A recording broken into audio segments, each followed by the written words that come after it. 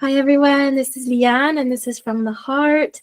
And today I have someone who is going to share about her positive birth story. And I have been noticing a lot that women need to know about positive birth stories, because the ones that are told to you in the grocery store or wherever else, they're all the crazy kind of dramatic stories where there's a bad outcome and no one understands why and what has happened and the context around it, but we remember like the outcome basically. And so I want to bring us back to reality and back to the fact that a lot of us have babies, and then actually most people decide to have another baby, so we have to remember that too. If it was always traumatic, we wouldn't necessarily be seeing that and doing that. So today I have Amy, and there's like a memory in my head where I saw you at the grocery store, and you were like, and we were just talking, and you're like, Leanne, I wouldn't describe my birth as painful. And then I want to tell everyone about that, because people usually associate birth with pain, and it's not necessarily the case for everyone. And how did you get there? And you can't lie to me because I was there. So start off by telling us who you are, and then tell us about your birth story. So I live in Ottawa. I am a mom of one, and I did have a positive birth and still only had one kid, but there's other reasons for that. But I am recently back into the workforce as a public servant, which a lot of people do in Ottawa. Prior to that, I was working, and like when I had my child, I was working for myself for about 10 years prior, working in the health and wellness industry, teaching healthy cooking lessons. And I'm a trained chef as well as a holistic nutritionist by training. And I was doing that for the last 10 years before recently starting into kind of getting back into the workforce in a more traditional sense. And also my child, it was when she started into kindergarten. So a lot of changes in the last few years. I had my only child during the COVID pandemic. And what else can I say? I'm an East Coaster. I'm from Halifax and live in Ottawa. So I think that frames a lot of who I am. I'm a very open person. I love to talk and I love to tell stories. So it is exciting to be able to share my story, my birth story. And it's not the first time I've done this. Yeah, I'm excited to talk with you. And Leanne was such a big part of that because she was literally there. So I cannot lie about anything because she was there for everything. And yeah, I'm happy to be here. So thanks for having me. Yeah, that's so great. Yeah, and then having your birth through in the pandemic is just another layer of excitement, we'll say. But yeah, so tell us about your pregnancy and your birth and what prepped you for it. So I was somebody that I didn't really think about having kids my whole life. I grew up with a sister. I had my mom and dad around. We were a really close family, and we still are a very close family. Close to both my parents and my sister as well. I just never really thought about having kids or having a family. It just wasn't something that was really on my mind. And I always thought of myself as someone not very maternal, and mainly because my mom isn't a very maternal person. I feel like, and it's not a negative thing towards her. She's a kind and loving mom, but she never, I don't think herself really liked kids that much. And she even admits now, I think if she was born like now, she'd be one of those women who would just not have kids, because she was like, I loved you guys, my two kids, but I didn't like anything kids did. And that was kind of my role model from a mom, was somebody who wasn't super maternal. So it wasn't really front of mind for me for most of my life. But when I met my husband at 30, we got married at 35. And right after we got married, we were kind of like, okay, like if we're going to have a kid, we should probably start thinking about it, because everybody tells you like, you need to have, once you're over 35, you're a geriatric mom or geriatric parents. And that came to our mind, but we weren't that pressured. And eventually a few years later, we decided more seriously to have a kid. And I think I was around 38 at that time when I got pregnant with our daughter. And yeah, I was 38. So I was, I guess, a geriatric mom. But I remember Leanne specifically saying, you are not old. You're not a geriatric mom. Like, you never once mentioned that. I brought it up to you more jokingly because you never said a thing about my age. It didn't even cross your mind as far as I could tell. So everything went really well. I had a great pregnancy. I kept very active during my pregnancy, walking a lot. I had a dog. You might remember seeing my dog when you'd come over, because you're a dog lover too. So you'd come and play with my dog as well when you're over. And so I kept walking a lot, kept moving, a lot of lunges, because I knew that like pregnancy was a really big physical thing that I was going to have to do. And I just wanted to prepare that way. I also ate really well. Like I am a trained chef and nutritionist, so I knew really how to eat lots of whole foods and very like nutrient dense foods where I could. And also I did have a big ice cream craving. And during that time, it was the pandemic and a lot of the ice cream companies would deliver. So I literally would order like 4 pints of ice cream at a time. So I did eat a lot of ice cream too. I got a bit of a sweet tooth. But otherwise, yeah, I had a great pregnancy. I enjoyed being pregnant. I loved how I felt. I loved having like, I'm very tall. So pregnancy maybe was depending. So if you're shorter and listening to this and being like, oh my gosh, I can't believe that girl loved pregnancy. I'm very tall. So I think it was easier to carry a baby that way. Maybe Leanne would know more about that, but I have a longer torso too. So I really enjoyed it. I loved having the belly. I loved feeling baby kicking. And all these things were so funny to me because I didn't think of myself as maternal, but I was like loving being pregnant. I loved when people would stop to me and talk about it, or if I would turn around. Oh, are you getting echo, Leanne? Are you getting echo? I can't hear it. No. Okay, perfect. Yeah. I had a little echo there for a second, but yeah, I love being pregnant. So fun. There was everything about it I liked. It went really well, and it kind of was, I guess, good foreshadowing for the birth. So yeah, that's kind of the pregnancy. And I should say too, when you're talking about positive birth stories and hearing more about it, I do remember when I first was pregnant, a few reactions I had, and I think because people knew I was more like, I'm kind of the crunchy friend, like I'm a little bit more on the hippie side of things, and people were like, oh, you're not going to do a home birth, are you? And I was like, oh no, I'm probably going to get a C-section because my mom did. And like in my head, I remember saying that. I said that to you as well. And you were like, why do you think you're going to get a C-section? I'm like, well, my mom did. And like, we're so similar. And I'm like a lot like her. And you immediately were like, well, that doesn't mean you are. Like that's not, it can go many ways. And just because that happened to your mom, you're a different person. You didn't say like, no, you're not going to, or yes, sir, but you're like, that doesn't mean anything. And I remember that was like a little bit of a turning point for me. Like, oh, I just assumed that I would just be like my mom and, do that. And luckily that started happening. I had a few people kind of have negative, scary things towards me. But I also luckily had friends who I had known of people who had home births. I also had friends who went to the birthing center. So I'd heard different things and luckily had that sort of in my ecosystem. I had awareness of other options other than just a hospital birth or just a cesarean section, even though I thought that was the option for me. So I had awareness of other things. And as the pregnancy kind of went on, I would encounter people or hear about things. A mom gave me some hand-me-downs and then she told me about how she had a home birth. And I was like, oh, okay. So this friend of mine, I didn't even know she had a home birth, and she did. And she was kind of telling me about it. And then I found out another friend had a home birth, and she showed me this cool picture of her in bed holding her baby, like drinking a Guinness after. And I was like, that looks cool. Like that looks nice. And then even walking through my neighborhood one day while walking the dog, a neighbor told me that her daughter had just had a baby, or her daughter-in-law had a baby, and she was at the birth center, and she said it was so amazing, it was so cool. There's all these things, you have to go look online and see what the birth center looks like. It's so beautiful in there, and they give you food after, and it was like this great meal, and it was such a good experience. So these things kind of kept happening, and I was like, okay, maybe I'm shifting. Maybe it's not just like the option of the hospital. Maybe I'm kind of leaning towards birth center as well. Like that seems like a good alternative. Like it seems kind of like this happy medium. It doesn't seem too scary.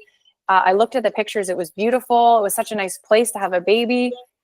So anyways, that's what I was going into with my birth. I also started watching some positive birth stories on YouTube. You can easily just Google positive birth stories, and I would watch them and cry and cry. I was like, oh my gosh, this is so stunning. I cannot believe these, like, it was just such an amazing thing to have. It's so great people share that too. Like they actually share their stories.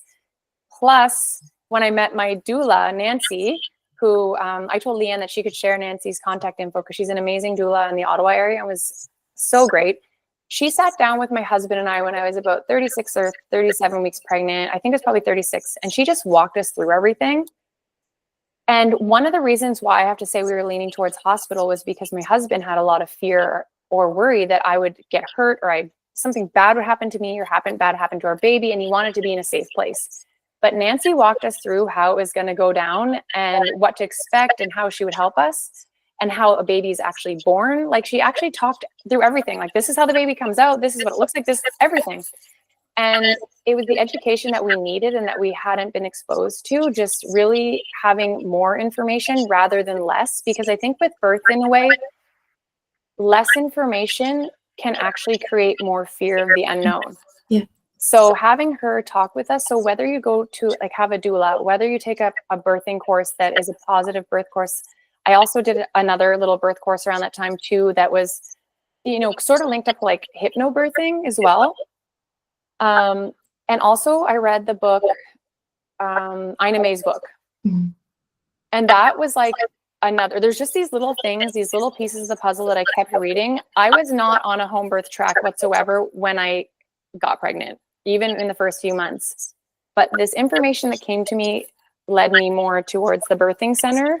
And then ultimately I did have a home birth, but all these little pieces prepared me and gave me just an understanding of birth, that it's a natural thing. It's not a medical intervention, because how I saw it was that it is something you are extracting a human from your body.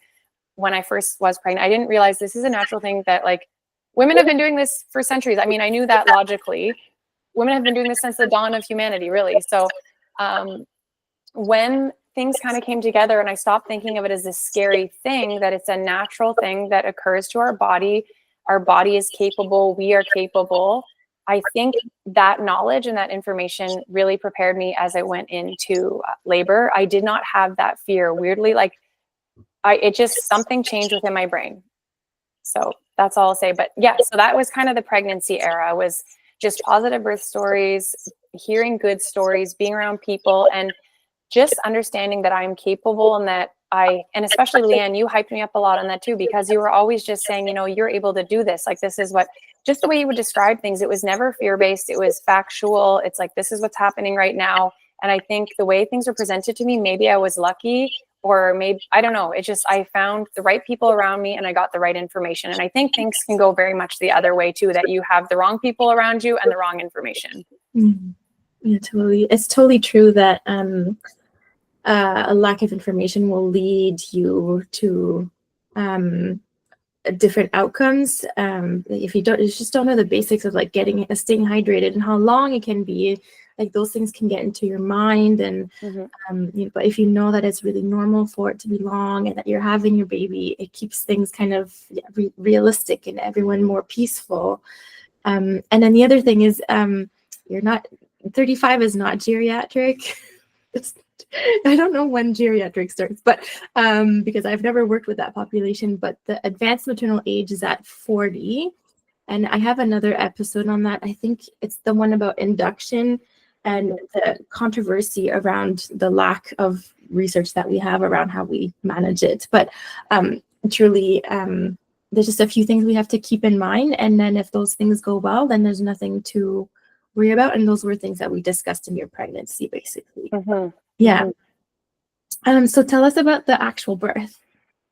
So when leading up to birth, I was 38 weeks when my water broke. I woke up one morning, it was a Friday, water broke. I was not mentally ready. In my head, I was like, no, baby, stay in. I needed 2 weeks. I had not put on my out of office. I was not ready to go. I was still like tidying my house. I didn't get all my snacks. I didn't have anything, I was very not prepared from that like sense. People tell you you need to have your bag ready. I didn't have a hospital bag, all that stuff. I didn't end up needing it anyways, but I did want to have all my snacks stocked up, some muffins and all that stuff. I did none of this pre-cooked food. I had no time for that. So when this first happened, I think because I was almost willing my baby to stay in, I was like, no, stay in. For about, I think I wanted her to stay so much that it actually made it more stressful for me because I wasn't mentally ready. So the first day or so, I'd say first 24, 48 hours, I did have painful contractions, but I think it's because I was like, they were like, I was jumping out of bed type thing, or I'd be standing there and just a stabbing pain. And it was just because I think I did not want it to happen. Weirdly, I think that's my connection. I feel like I was just not ready. And because of that, it went that way. At one point though, I don't know what it was. I think when I went into, would I have gone in to see you guys? I forget exactly which day I went. So water broke Friday. I believe we went in to see Betty Ann on Saturday, and I had spoken to say you or Betty Ann. Betty Ann was the other midwife, or Nancy, and I was just being tracked pretty closely, and everyone's like, no, it's good. Just because your water broke, it's not like the movies. You don't need to like hop in a cab and get to the hospital right away because they're just going to send you back. So the contractions went on, and we were kind of tracking them. And this Saturday I went in to see Betty Ann, and this is the first time I met her. And I have to say, anyone who in Ottawa knows Betty Ann or is lucky enough to have her as a midwife, there's something so calming about her presence. She's so wise. And when I first saw her, I have to say, I had a little bit of like, who is this lady? She's very interesting. I've never met her before. She had like this wild curly hair. She just had such a chill demeanor that I was like, is this for real? Like, she's so calm. So that helped a lot too, because when we went in to see her on the Saturday, she could tell I was visibly not doing very well because it was kind of jarring, the contractions that were happening. But she ended up having me, and she kind of was, I think she did one of the checks, the cervical checks, I guess is that the right word? She was checking to see for, I guess, the dilation. And I remember she had, I guess, the little metal thing, whatever it is that they stick in to kind of open you up, speculum. And my husband was sitting there, and he had also, like, he was kind of like wrapped into all this. There was no one in the office because it was a Saturday. So he was kind of her little assistant. And he said, come here, Jeremy, come here. Just look in here. He said, you see that brown hair? That's your daughter's hair color. And the look on my husband's face, like, we knew this was really happening, because I think I was willing her to stay in. But as soon as she said, we can see her hair, she is coming out. This baby is coming, whether you like it or not. We were like, okay, it's on. And what happened in that appointment was Betty Ann gave me a tablecloth.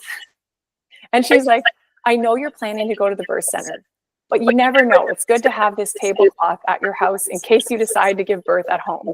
Oh, yes. Yeah, I remember. We had these things that we could put underneath people just to catch water breaking and the birth and things like that. And we put it underneath the blue pads. Yeah. So she was like, it was just like this weird foreshadowing. All that to say, we end up going home. She's like, you're good. You're just going to have to keep going through contractions and wait until they're like, is it 4 minutes apart? I forget the time or whatever it was. It seems so long ago. This was about 5 years ago now. So contractions kind of went on sporadically, and they kind of came and went. There was no they weren't close together until about Sunday. And I remember Sunday, my husband and I had this really nice day. The contractions kind of died down. That was Saturday. I had quite a few over the course of the night on Saturday, just ones that I would just jump out of bed and then go back to bed, but they weren't close together. Sunday, we had this great day. It was like the winter, it was end of November, it was snowing. And I remember we were out kind of walking a little bit and preparing, and we were watching like Christmas rom-com movies. The snow was coming down. We're like in a snow globe in our little condo. And it was just this nicest night. We were eating this really good food. And I remember I was even posting on Instagram. I was like, this meal is going to prepare me for my birth. Because I was like, it's coming now. It's definitely happening. So we're watching these great rom-coms like The Holiday. And like, it was just such this like perfect night. And then the contractions started coming. And I knew I wanted to labor at home because I'd learned enough that I was like, okay, I'm going to labor at home. But I have to say that earlier that day, actually the Saturday when I went to see Betty Ann, I remember driving down the road that we were driving, and it was bouncing and I was having contractions. I was like, this is not going to be fun to drive back to the birth center. That's what I was thinking in my head while being in contractions. So being at home was just so cozy. We were in such this little bubble. It was the most amazing time, having good food. And then the contractions started coming. And I remember I don't know what it was, but I started like getting this breathing going. I started like, just stretching, doing yoga poses. And my husband was dimming the lights, and it was just like this nice vibe. Like, it was so perfect. And he even put on, I don't know if you remember this, but he had like ocean waves going on the TV. So it was like we're near the ocean. It was like ocean sounds. And Nancy, the doula, ended up showing up because things started going. But she was talking, Jeremy had called her, my husband, Jeremy, called her, and he wanted to see, like, I think we're getting there. These contractions are getting really close. And she's like, okay, I'm going to come over. And she came over and she's like, you seem in a very good state for somebody whose contractions are so close together. And I was just like stretching, doing cat cows, breathing. I really tapped into something really internal that I had. And I can only liken this to when I'm playing sports, is like, if you get a runner's high, when you're running, there's a state that you get in that you're kind of just functioning. Your body knows what to do. It's this weird state where you can almost run faster because your body's just in a flow. So I can only liken the state to that, is where I was at that point. And she's like, no, like things are really coming along. We're going to need to call the midwives. Like, things are happening here. And I remember Betty Ann ended up showing up at my house, and she wheeled in all this stuff, like a whole hospital room full. And I was like, I'm pretty sure was going to be going to the birthing center, but no, that didn't happen yet. She didn't wheel it all in yet. She came in, checked on me. And I remember she had to do a cervical check, and she's like, you are 9 centimeters dilated. She's like, this baby is coming out. And she's like, I cannot believe this, that you are 9 centimeters. The way that you're acting right now is not normal of a person, or not normal. She's like, it's just not what I normally see, because you're being so calm about it. And we were all like having the conversation. We were having fun. It was probably the most fun I had during COVID, was having like these 2 ladies in my living room and my husband, and they were drinking tea and we're all chatting. And it was just such like a really memorable experience. And everything was just going so well that Betty Ann said, like, are you sure you don't want to stay here? And I remember my husband took me into the bathroom, and we're having this moment, because I think I like actually had a bath. She's like, go have a bath. You need to relax. And we put like Epsom salts, and we had like lavender in the bath and everything. And when I got out of the bath, I was kind of going through the contractions, getting in and out. And my husband was like, are you sure you want to do this here? And it was like I was gone into my sports mode. So I have to say, sports pays off in many areas of life, including birth, because I was in this mode where I'm like, I am going to play this game, and I'm doing it. We're going to win. I'm going to go for this. And he was like, are you sure? Because I was so confident. And he was just like, I am not sure. Like, he said internally the worry that he could not believe it, but he's like, your confidence in yourself. He was like, I'm just going to support this, and I'm going to smile through it. Even though he's like, internally, he was so nervous. He said he was like secretly like crying the whole time too, but he was like just trying to stay calm, because he's like, you knew what you were doing. And anyway, so ended up being a bit of a crazy time, because my daughter's head was flipped in a way that her ear was like kind of sticking out. It wasn't a good way for her to descend the birth canal, basically. Mm-hmm. So that put some pressure on. And I think you might have showed up around this time. It would have been the morning, because I was like all night I was kind of up. And I think it was either you or Betty Ann, I can't quite remember, who had me doing like a boot camp, because you were like, you were going to flip this baby around in your body. And you were like lunges, cows with pelvic thrusts. It was like a crazy boot camp. So back to working out and being in shape in your pregnancy, this really paid off for me, because I did probably about 2 hours or like, I don't know what it was. It seemed like a long time of lunges, squats, hip thrusts. And eventually she moved around to be in the perfect position. Mm-hmm. Also, meanwhile, you guys suggested doing, I think you wanted me to start pumping to like, I forget, was it to create oxytocin or something? Yeah. Mm-hmm. So we only had one working pump and one hand pump. So I'm there with like my boobs like sticking out. One thing, my husband's like pumping one in one hand, the other one's going in the other hand. And we were just like doing all this pumping, and it was just like a lot was happening. And also I feel like Jeremy was kind of like back, like there's so many sports analogies in this, but I feel like in the boxing ring, you know, when the coach like takes out their mouth guard and sprays water in their mouth, that was me. But Jeremy was like squirting water in my mouth to keep me hydrated. He was like pepping me up. He was like breast pumping, and you guys were there. And like with Nancy, she was just like cheering me on. So it was a really fun vibe. Like it felt crazy in my body, but not in a bad way. Like it was just like things were happening. The vibes were good. Mm. And a lot of it was that I had you three, like you, Betty Ann and Nancy, and then Jeremy just pulled in. So like having this birth team that was so ideal and optimal, I feel like the stars were just so aligned with how you guys all work together, and having this safe space, a comfortable, relaxing space made everything just feel so right in the moment. Because all of you guys were there. I felt so comfortable with all of you. You guys were a team, and I could see you guys were a team. I knew I was in good hands. I had no fear, none whatsoever. Not a single ounce of fear was in my body. Now, Jeremy, on the other hand, he would probably tell you a very different story, because obviously he's never seen that. He wasn't watching the birthing stories. He didn't see what I saw leading up to this. Anyways, and it went so well. I had her at around, so labor started, the water broke on Friday morning. I had her at just around 2 p.m. on a Monday. So you can imagine it was a very long journey to get, like, it was a long weekend. There was a lot of unknowns for me going through that, but I stayed hydrated. I was eating when I could. I had smoothies, and I had such a good team. And when she did come out, I remember even the Ring of Fire moment when she was dropping out. And I was like, this is the Ring of Fire. I know it is. And in my head, I'm like, this only lasts a short time. Because I'm like, and that's what I told myself in my head. I can remember feeling it and being like, I'm there. This is going to be what's probably the worst part, but it's going to pass. And then her head was out and you're like, do you want to touch her head? And I remember reaching down and I was like, oh my God, there is a baby's head between my legs. Like, it was as if I didn't remember I had this it was just such a crazy thing to feel her head coming out. And it just happened. And I remember holding her. I didn't even really know what to do. She's so slimy. She had pooped and peed on me when she came out. And one of the best memories for Jeremy was like, because I kind of didn't know what was going on. He said when she came out, she opened her eyes and they were bright blue. And he was just like crying. I'll probably cry telling this, but like her eyes were bright blue. And then she cried. And he felt the biggest sense of relief in his entire life because she could see, she was crying, and everyone was good. So it was like, it was such an experience that, like, so positive, so happy. It all went well. She came out, she was healthy. She was a bit on the smaller side in a good way for me, I guess, because she was only like, she was 7 pounds, which is a good size, but not huge.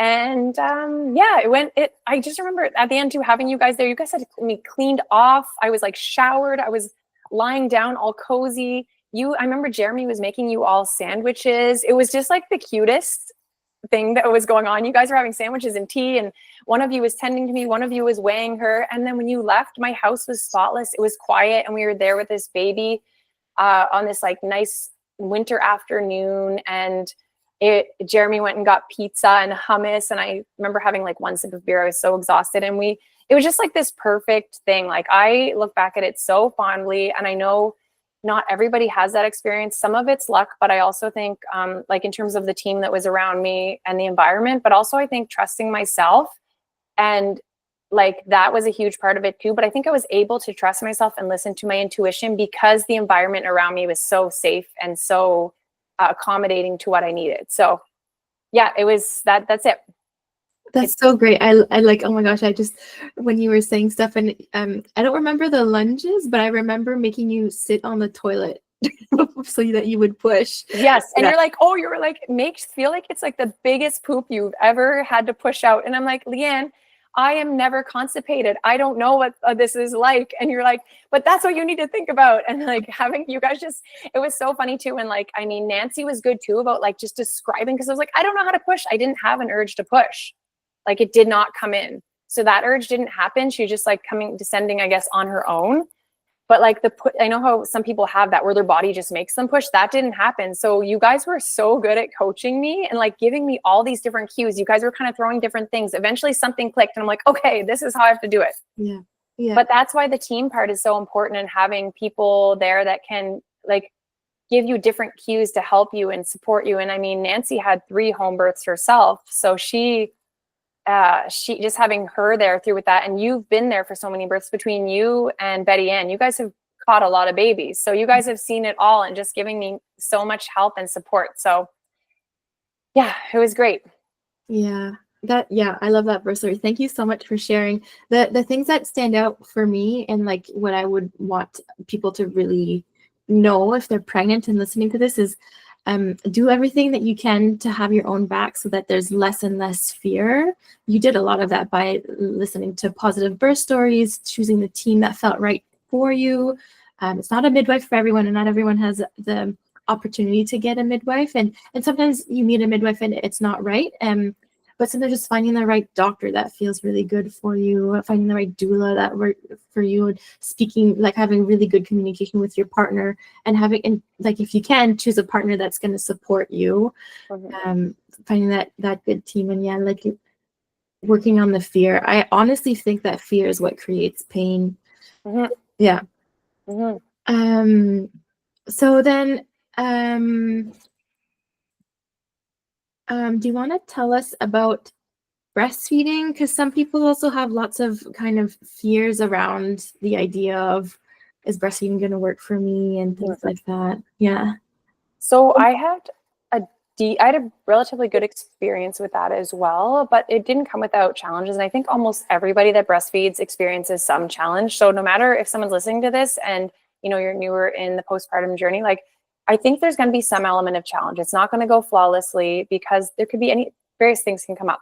So for me, it was like learning how to get the latch and learning. I remember you even showed me how to like express the milk. You just like grab my boob and the milk went flying. And I had no idea how to do that until you showed me. And you're like, just go like this and like push it that way. For me, the trouble was it really hurt the first few days. And I think what was happening was my daughter had her hands like this rather than kind of like hugging. It was more like she was almost pushing herself away. So it was pulling back. And then it was also, and that I actually learned because one night I was up and I was like, oh, this is hurting. Like I knew she was getting milk and I knew she was getting filled up, but it was hurting me. So I remember being on YouTube and there was like a nurse who described different ways to help make it less painful. I just happened to come across this good video and just listen to what she said. And it was just like, make sure your baby's arms are kind of opened up more rather than pushed up like that. So they're not pushing you back. So it had really hurt and I was putting the cabbage on and I was trying to stay really well hydrated. And I ended up breastfeeding until almost like about 2 years and maybe 9 months. And throughout that, there was other times where pain came up. Like you can get little clogged ducts that happen over time. And I learned how to deal with that. Like, so, and even sometimes when say I was sick and my child was breastfeeding and she's a bit older, there was times it was still painful. And sometimes I did want to give up, but really though, I'm so grateful for the time that we did have with that and just the connection for her health and growing. And she started off, I think, when she was born around the 50th percentile, but by 3 months she was like 95 to 100. So like it was such a good way for nutrition. And I know not everybody can breastfeed. So doing whatever you can do to make sure your kid can be nourished as they need to be. But yeah, I found it was a really good part of motherhood. It was something that I didn't really ever think about before becoming a mom. I had no goals or expectations. So I think a lot around my birth in a good way. I didn't set myself up for failure in any way because I was like, we'll see how it goes. I know some people are really stuck on birth plans or how long they'll breastfeed or how short they'll breastfeed or when it will stop. I kind of just did a lot on intuition. And I know that's not how everybody was going to go, but being a pandemic mom and having my baby during that time, I wasn't so much influenced by other, say, people being around me so much and being at mom groups and hearing people say, oh, my kid's doing this, oh, my kid's doing that. I was really just relying a lot on my intuition other than things I'd see on social media. And I quickly learned that social media can be very supportive for you, but it can also make you doubt yourself as a mom. So listening to accounts who tell you how to make your baby sleep or how your baby should be sleeping or how your baby should be breastfeeding or if you should do this or that, the person who knows the best for your child is you. And you're going to know if you're able to listen to your intuition, but it's very easy to lose your own confidence and lose sight of what is best for you when you're taking too much information in. So I quickly shut off apps that were tracking everything because I was like, oh, you need to feed your baby once every 3 hours. I just fed on demand because I could tell when my baby was hungry rather than hearing somebody tell me, you know, feed your baby at this time. And then you put them for a nap and then you wake them up and then you shake a rattle and then you do this. That just wasn't going to work for me. I fed her when it seemed like the time to feed her. And I think that helped with her growth. It helped with, you know, our connection as well. And it helped with me gaining confidence in myself. So yeah, I think with breastfeeding, it went really well. It wasn't without painful moments. Things do happen when you're breastfeeding, especially with the clogged ducts. And the first few days are probably, Leanne, maybe you can speak to this. Do most people find it painful the first few days? The first week, there can be some pain because the baby's so small, the milk hasn't come in. There's a lot of changes. If it's a first baby, both are learning, the baby and the mom, not just the baby. And then, you know what you were talking about with the hands being here rather than out like that. So if the listener wants to like feel their own pellet and go all the way back until it's soft, if your baby has its hands like in between her body and the mom's body, then yeah, it can create a shallower latch, and we want the end of the nipple to get to that soft palate. And so if it's not at the soft palate, then the nipple will have pain, basically. It needs to get to the soft part of the palate.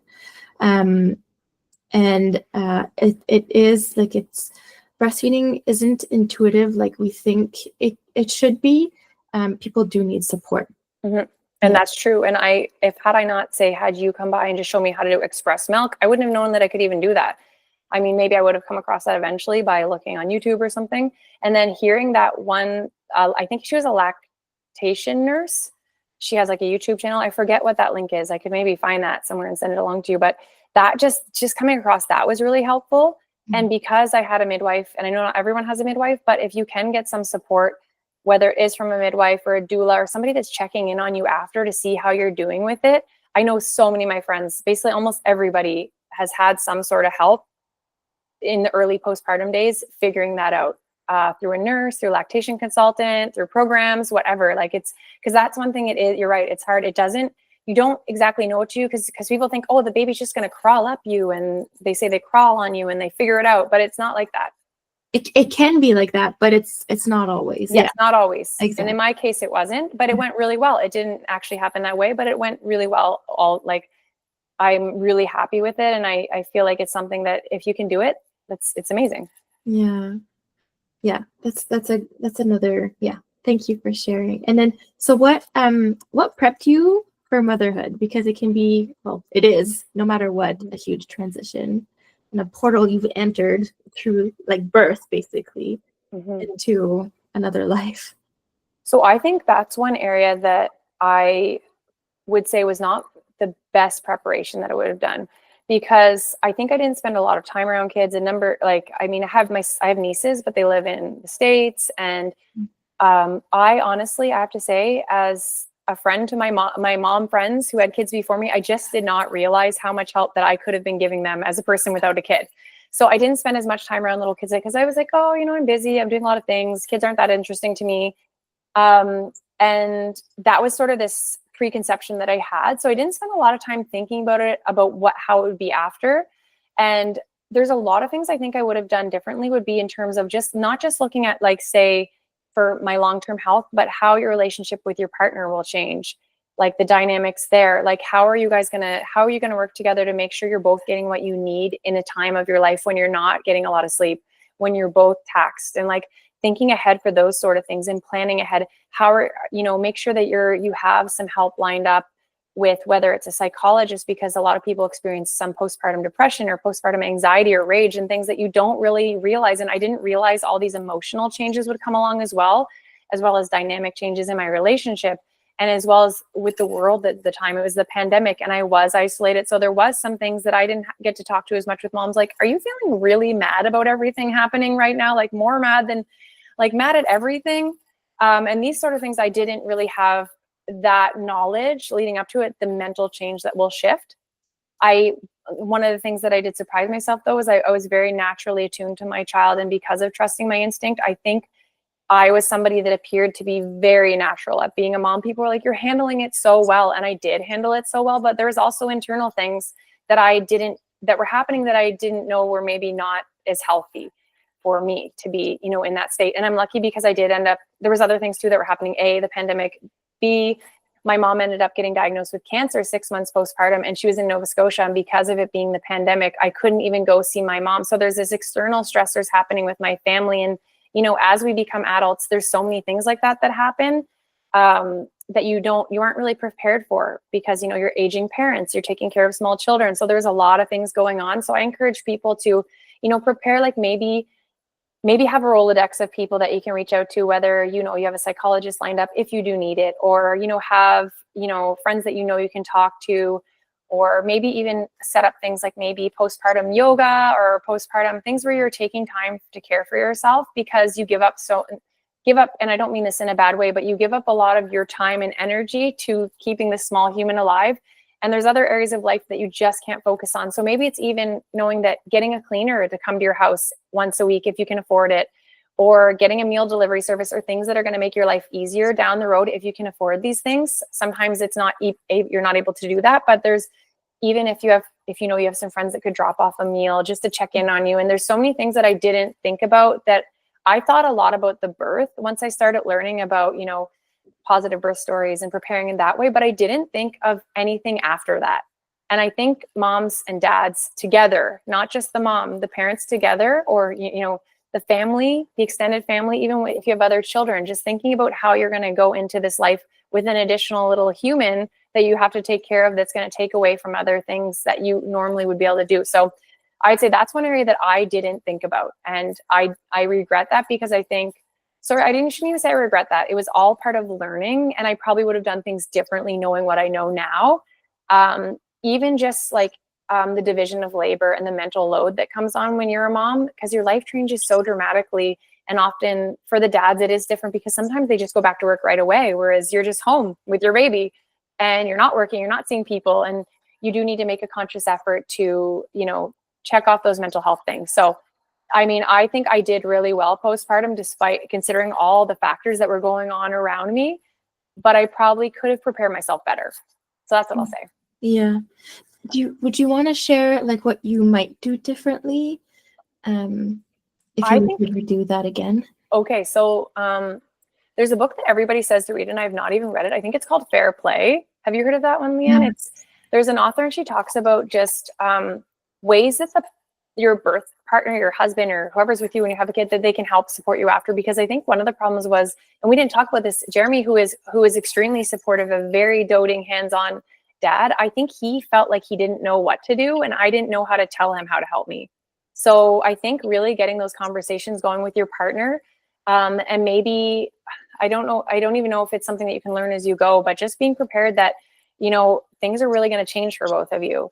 One person's going to be probably gone to work while the other one's home with the child. And just because you're home with the kid, one important thing is to remember, you cannot set your expectations high. Just because you're home all day doesn't mean you have time to do everything. You can't, like, I know a lot of people have like a plan of like, they're going to launch a small business when they're off on their mat leave. It's not necessarily that easy. Little things can take a long time, and you're learning, especially as a first time mom, you're learning how to manage this life with another new human. I'm sure with the second kid, it comes a little bit more instinctually, but maybe looking into that book, Fair Play, because it talks about the division of labor and how the partners can make sure that, one person's not taking on too much of a load while, having your kid, and then learning how, if you're booking all the appointments or scheduling everything or planning all the play dates. These are all little things that often say the mom will generally take on, that are little things, or they seem little, but they add up. And then it's like, oh, we're out of sweet potatoes, but I forgot to say that because I was booking the play date and I was doing this. And it's just really learning how you can work together as a team. I would say whatever that takes.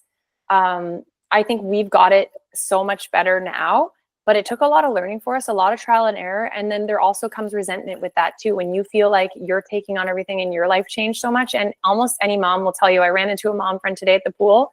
She had a child and then twins shortly after.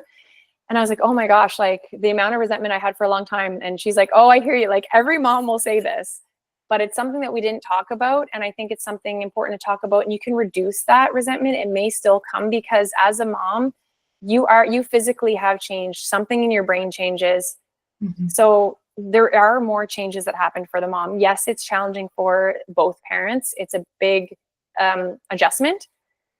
But yeah, I don't really know even what I can say what to do, but just maybe having these conversations before, like, hey, maybe after the baby comes, if I'm like breastfeeding all the time, maybe a good thing that you could be doing is really owning the laundry. Like just making sure you own that, take it start to finish.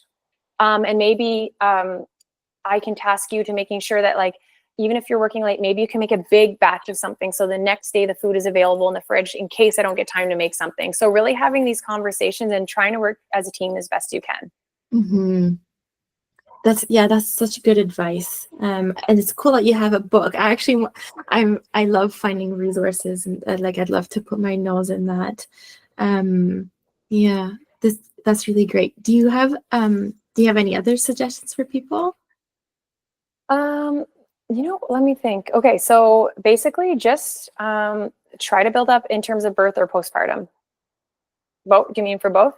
Yeah, anything. I think the best thing to do is really build a good team around yourself as best you can, whether that's like, family or friends or people that you have to pay to help you. Because sometimes if you can afford it, there's things that you can do to lessen the load on yourself.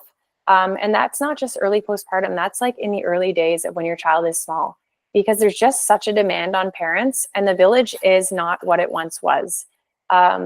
really building a team and, you know, even connecting, like finding, I think the best thing for me, honestly, was finding other moms that I knew I could trust to watch my child, even if it's just for me to go take a shower, or later in time when my kid's older and I can leave her for a play date with parents that you know can trust your child, because you do need some time away. I'm very much like a mom that I love being with my child. I like love taking her on vacation. I love bringing her with me. I would love to take, I almost, when I go to things, I'm like, she would love this so much. Like if I go to a show or go somewhere to eat, I like, she comes with me for a lot of things, but I do know that breaks are important, and having support to allow you just to take time for yourself to do, like a shower shouldn't be a luxury. It's like a necessity. So making sure you work things out, whether it's your partner, with grandparents, friends, neighbors, have a support team to help you where you need it. And don't be afraid to ask for help. And again, that can be paid people as well, or for friends and family. Like it's really important to, because it's really not what it once was. I think there was probably a time where, you know, you had people that were close to you or grandparents living with you. It's just not like that now. We're more in the nuclear family where the mom, dad, and child or children live in a house. You may be close to neighbors. You might not even have close neighbors. Like you might be very isolated, and it's not normal for humans to be so isolated. So as you know, back when I had my daughter was during the pandemic, it was this supreme isolation, which is not normal for people. So looking back, I can see a lot of things that I felt and experienced was from isolation and not being around as many people that I would have been. Like I look back and I do have a little bit of sadness about knowing that in the early days, I never got to go to coffee shops and sit there with other moms and talk and eat cookies and talk about our kids. So really now the world is opened up again. Make sure to lean into those opportunities. Go to meet mom groups.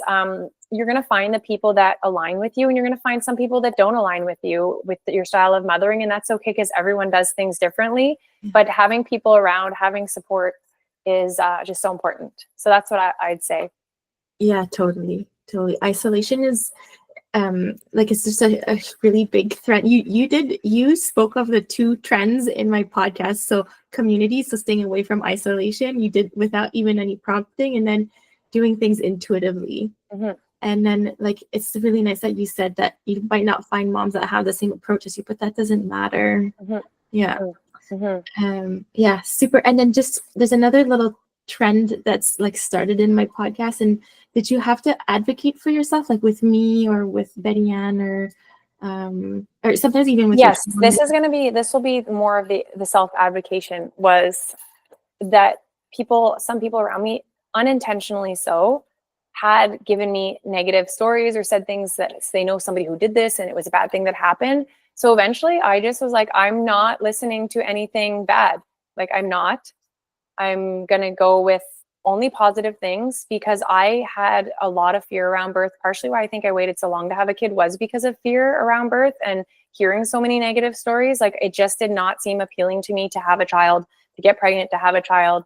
But now I obviously know it's been the most important thing in my life, the most amazing thing in my life, which for so long I had fear around it. And you don't need to have fear. Things might not go the way you want, but you don't need to have fear. Just know that you are capable, and whatever the outcome is, it is what it is.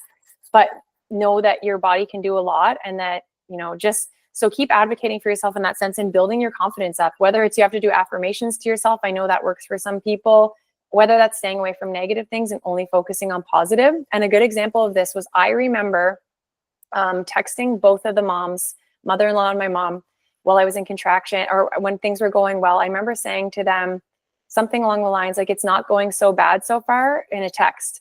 It's actually going okay. This was like later on the, I think it was the Sunday, the evening when it was snowing and so nice. And I remember they said, that won't last long, or something, literally while I was in labor. And I remember I had literally shortly, like within that moment, a painful contraction came back, and I was like, done. I'm not looking at my phone. I did not look at it again for another 12 hours, because I knew that I had, like, that external input was not positive to me. It was not contributing to what I wanted to be experiencing. So you can advocate for yourself. You can tune people out. And that's what I did. I tuned out anything that was not good. So I didn't have to advocate, because all of you guys were so supportive of any of my wishes. And even my husband, like like the moment in the bathroom where he's like, are you sure you want to do this? And he was there to support me fully, no matter what I wanted to do, even though he was scared, because I had the right partner for me. And he like it's hard because I know not everybody's lucky for that, and I hear stories of women who don't have supportive partners. So if you don't have a supportive partner, but it's somebody you're going to raise children with, make sure you have ideally a crew of supportive women around you to help you during that important time of your life. Mm-hmm. Yeah, totally. That's such good advice. I love it. And then we can see how fear and mindset affected your pain like immediately. Mm-hmm. And like Mm-hmm. it was in early labor, but just because you weren't ready for the baby and you were telling yourself, no, I'm not ready I for was literally like, stay in, baby, stay in. Like I was thinking that in my head. When the water broke, I was literally walking to the bathroom going, no, no, no, no, no, no, no, no, and not now, not now. Like that's how I was. Yeah. And I was like telling my husband, like, this is happening too soon. I'm supposed to have 2 weeks. Like this is not the time. But babies come on their own time. So Mhm. you can't really stop them once they want to come out. Yeah. Yeah, that's you give such good advice. And stories, people love stories, and so I hope that people feel inspired by the story and learn from the things that you had to learn from. Those were my questions. Yeah. Thank you so much, Amy. You're welcome. I'm so Yeah. happy to share that. Hopefully it can help somebody, because I have to say all the things that I watched and all these people sharing their positive stories really, really helped me. So if this helps even one person, that to me is a big win. Super. Thank you so much, Amy. You're welcome.